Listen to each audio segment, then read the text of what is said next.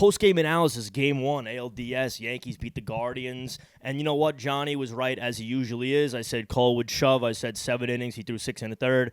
I said 2 earned runs. He threw 1. I said 9 or 10 strikeouts. He threw 8. Now, was it the best start of all time? No, but it was good enough. It was very good. And he battled through a bunch of tough spots. Some of them weren't his fault even. And I liked what I saw. And you move on. You win Game 1. Now, on top of the Cole prediction, I said Rizzo would go deep. Guess what? What did he do? Of course, he goes deep. I mean, I can't miss here, besides for one prediction, and that was Waldo. I said 2 extra base hits. He wound up going 0 for 3, I think.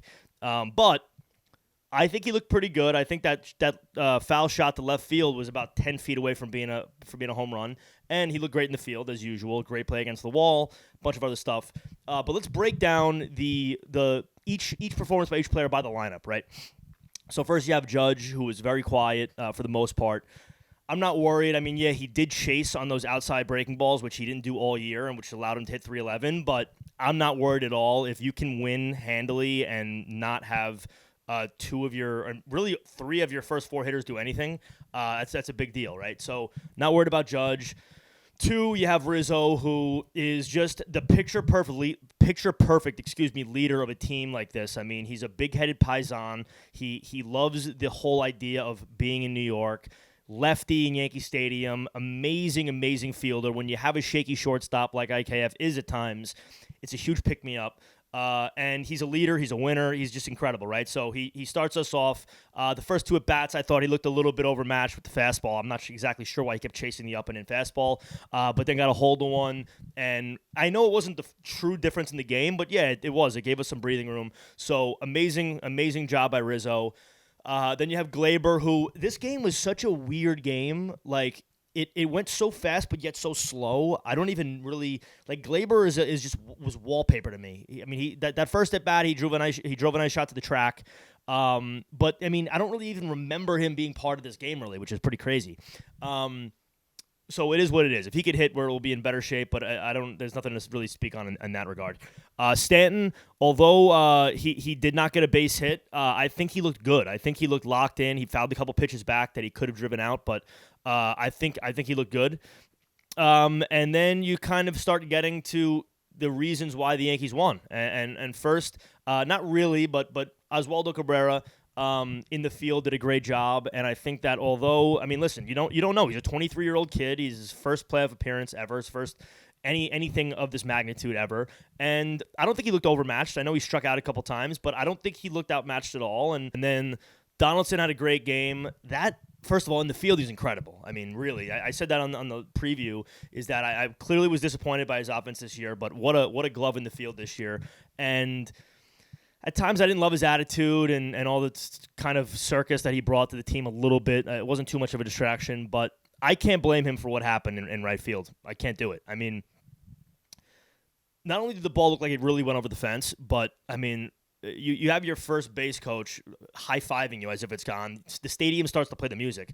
You can't get mad at him for that. I think even Aaron Boone said that. I mean, and Boone is never going to blame anyone on his team, but I truly believe that wasn't really something to get mad at.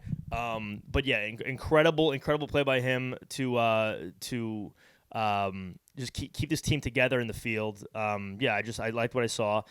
And then IKF start the game off. I literally said in my preview that he's been a little shaky in the field, but I think it's overblown. It didn't look too overblown yesterday. I mean, 2 times Rizzo bailed him out.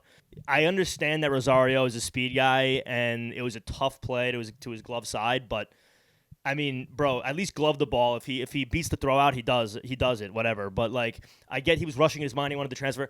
But you got to make that play, especially it sets the tone for the whole game. I'm sure Cole was not thrilled about that at all, and it just makes that like kind of narrative look real. So that happens. Then the ball. I didn't even remember who hit that laser that went off his glove on the jump. But he redeemed himself. He looks like he's always bouncing back. That was kind of a little bit of karma for that Donaldson shot right after that false home run, basically. He hits the ball to the corner, and then it goes between the right fielder's legs. Or whatever, he misplayed it. So, and he gets on third. So, yeah, no, I think that he'll be fine. He'll be fine. I have nothing really crazy to say about that, but he'll be fine. Trevino, great job with the sack fly. He's been one of our best hitters with runners in score position. And that was the run that gave us the lead. So that was very nice. Not much more to say about that. I thought he called. I mean, what the fuck do I know? But I thought he called a pretty good game with Cole. That knuckle curve was completely filthy. No one was touching it.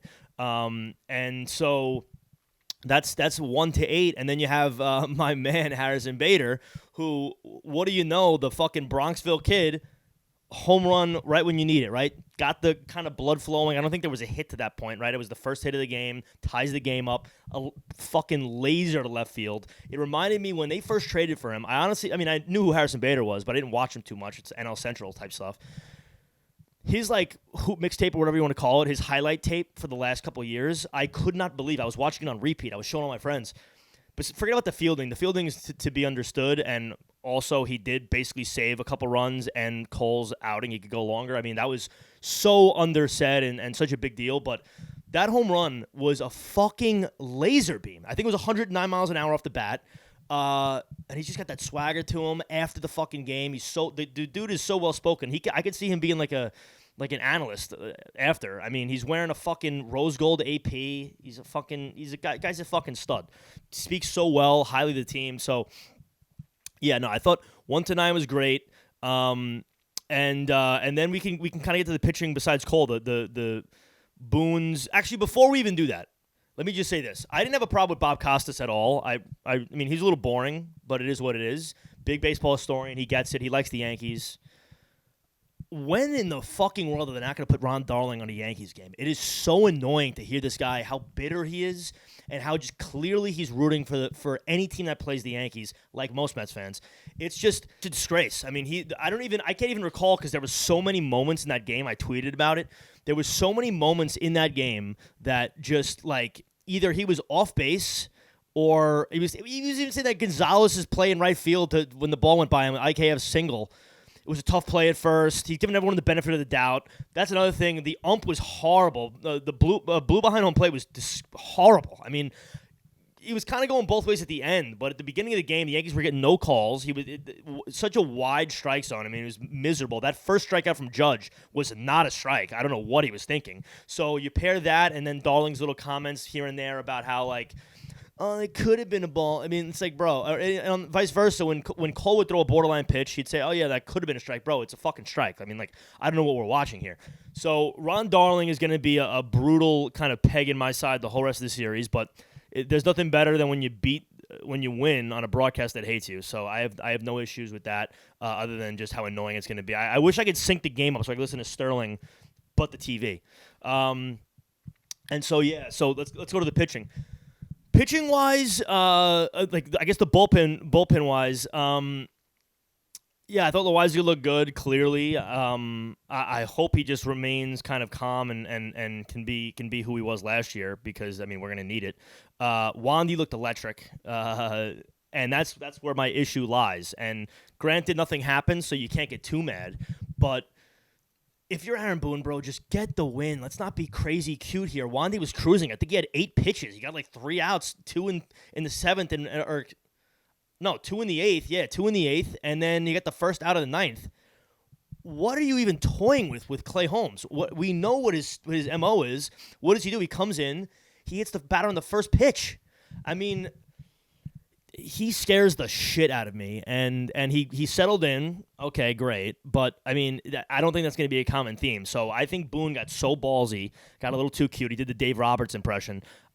Didn't like it, but what can you do? I mean, really, I think there's not much to complain about in the game. I guess we'll discuss 2 last things around baseball. But first with Boone. He's got to fix the fucking cough. I mean, really. I'm a little worried for him with the whole pacemaker situation. And it's like, bro, what's going on with you, man? I mean, he's always had the little bit like that shit. But now when he's in the postgame or whatever, any interview he's in, it's every question he's hacking. He was sick also. It sounded like he was dying probably 3 weeks ago, and it took him a long time to get over that. Now he sounds fine, but the cough is just out of control, dude. It's like you're a young guy. You're in your 40s, or maybe he's fit. No, I think he's 52 or something. It's like, what? Figure it out, please. Go to a doctor. You got some high-end doctors in the Yankees organization. Go to a doctor. Get your lungs fixed, bro. Maybe a nebulizer or something. Jesus Christ. But around the league, the Stros, dude. I mean, the Stros. Well, let's go game to game. I'm shocked the Phillies won. I don't think they're gonna win the series, but they do have. I mean, if you think about it, they got away with their 3-pitcher winning a game against Atlanta in Atlanta, and now they're gonna have an opportunity for their 2 best pitchers to throw against the Braves, and if they win both those games, the series is over. So scary for the Braves a little bit. They still hit, and they looked shaky at the end. The Phillies did. I mean, to win that game 7-6, you barely clung on for life, but they still won. It's a win's a win's a win. My pick is still Atlanta because I think they're just too good. Then let's go to the Houston game, and oh my God, I mean, to see the Mariners beat the Blue Jays in a crazy way in terms of a comeback, and then now to see just to see them choke, really, I mean that's a full-on choke, right? You're up huge. You have the best team maybe in the league reeling with the best pitcher in baseball this year. I mean, just completely shitting his pants. I mean, really a pitching legend shitting his pants. This is a gift of all gifts. You're gonna have Castillo going soon, and all these guys down the road in this series. Just lock up the win, bro. And you give up 5 runs in the last 2 innings. It would have been fine if it was organic, but you cannot bring Robbie Ray in on 2 days rest to get out Yordan Alvarez in a big spot. I was watching before on MLB Central, and it's very true. Brian Kenny was saying the splits don't even favor, a righty or a lefty in that situation. Alvarez hits them both fine.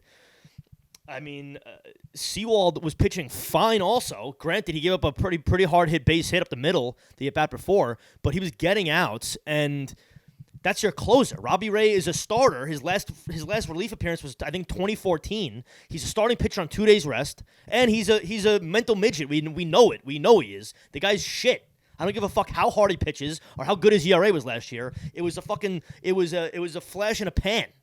So to bring him in that spot and then to see the Stros with the Bregman home run the inning previously and then Alvarez with the walk-off, that is a team built to win. And I cannot wait. If I was a betting man, which I no longer am, but if I was a betting man and it was Stros Yanks and I had no skin in the game in terms of my emotions, not money, but I would take the Stros. They're just a better, more well-rounded team, and they know how to win, and they thrive in Yankee Stadium. So it just hurts because I want to see them play the Yankees, and I want that series to happen. And obviously, I mean, if we could beat the Astros and finally graduate for the first time in 5 years, that'd be incredible. But you don't want to see the Stros win the way they did yesterday because that just kind of solidifies that they are just a different type of team with balls and they don't give a fuck. They're going to do anything to win, and they're so good. Their lineup is so good. Their staff is so good. Dusty Baker, no championship or whatever, is an amazing manager, and that's the only thing that kind of sucks. I know this might be also heresy, but fuck the Astros, fuck the whole team. I hate the whole lineup. I hate Altuve. I hate Bregman. I hate so many guys to do with that organization. But I do like Dusty Baker, and to see him hug Alvarez after he hit on plate when they hit that walk-off was pretty wild. But, yeah, that was a little bit of a scary situation to see them come back in that game. Seattle, just what an utter choke. The series is as good as done now. I don't give a fuck how good Castillo pitches his next outing. Even if they win a game, the series is done. You had a chance to have a chance. That chance is now gone. So kiss that goodbye. It's going to be... like I said, it's going to be a Stros-Yankees ALCS. We are obviously discussed the Yankees game.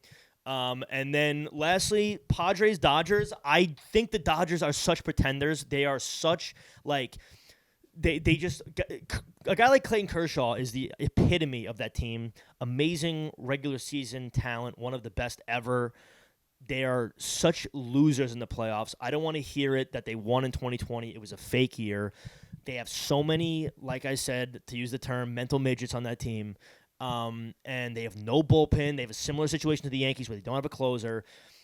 And the Padres, Clevenger really disappointed me. He pitched like shit. And that's the reason why they lost that game. Because make no mistake, when they scored 3 runs in that, I think it was the 5th or 6th inning to make it 5-3, That was a game. That was, make no mistake, that was a game. They actually were another hit away from making it basically a 5-4 game with 4 innings to go. They're going to be in every game, especially now that they turned their rotation over. They got Darvish again, and now they're going to have Musgrove after that.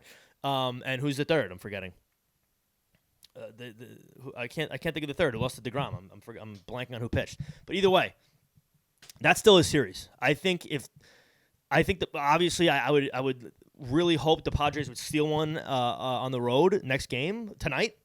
But even if they don't, I think it still could be a series. Dodgers probably will win. But my predictions, as brutal as this is, I have the Barack Obama fucking March Madness bracket with all 1 seeds. Excuse me. I still think Atlanta comes out of that matchup. I think I'm going to still go with the Padres. But so I guess I don't have all 1 seeds, but it's probably going to be the Dodgers. But anyway, I have Atlanta versus San Diego. Atlanta handily winning. I think they're the best team in the National League by far. Then on the American League front, Stros Yankees rematch, and that is going to be just. I am going to soak in every second of that game, every single one of those games. And this is, just make no mistake, this is not a jinx at all. The Yankees are better than the Guardians. They're just a better team. I said it yesterday. I'll say it again. I'm not cocky, but I am a realist, and I'm confident this team is going to beat Cleveland. They might squeak a game out. I doubt it. I think Sevy's going to be a dog on the road, but I think the Yankees beat Bieber in the Bronx with Nestor, our real ace on the mound, and then good. You go to Cleveland, and anything can happen. They might steal one. I don't even think this goes to 5. I don't think there's a chance this goes to 5. We call on Game 4. But either way,